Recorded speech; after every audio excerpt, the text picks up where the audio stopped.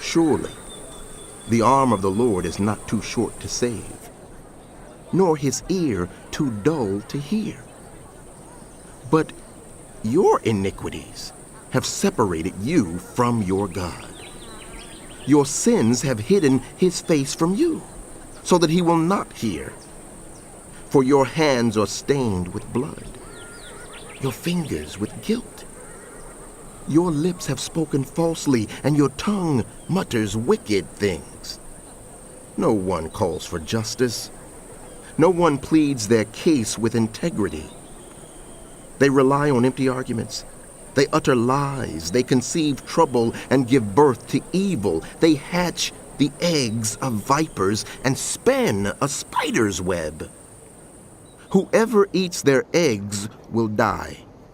And when one is broken, an adder is hatched. Their cobwebs are useless for clothing. They cannot cover themselves with what they make. Their deeds are evil deeds, and acts of violence are in their hands. Their feet rush into sin. They are swift to shed innocent blood. They pursue evil schemes. Acts of violence mark their ways. The way of peace they do not know.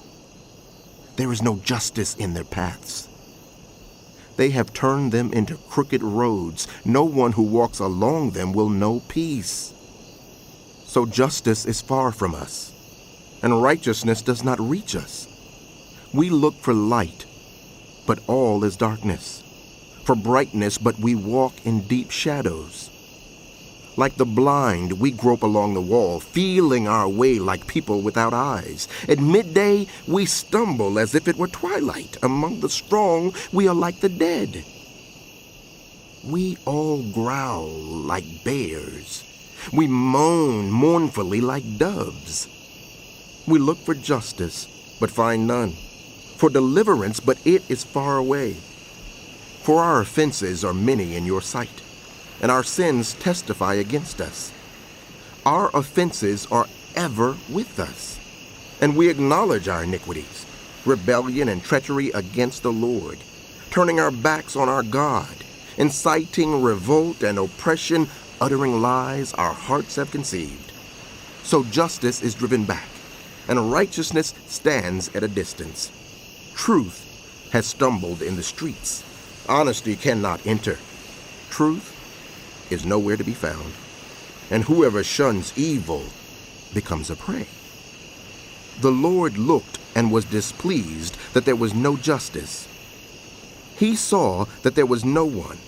He was appalled that there was no one to intervene. So his own arm achieved salvation for him, and his own righteousness sustained him. He put on righteousness as his breastplate, and the helmet of salvation on his head. He put on the garments of vengeance and wrapped himself in zeal as in a cloak. According to what they have done, so will he repay wrath to his enemies and retribution to his foes. He will repay the islands their due. From the west, people will fear the name of the Lord, and from the rising of the sun they will revere his glory. For he will come like a pent-up flood that the breath of the Lord drives along. The Redeemer will come to Zion, to those in Jacob who repent of their sins. Declares the Lord. As for me, this is my covenant with them, says the Lord. My spirit who is on you, and my words that I have put in your mouth will not depart from your mouth, or from the mouths of your children, or from the mouths of their descendants, from this time on and forever, says the Lord.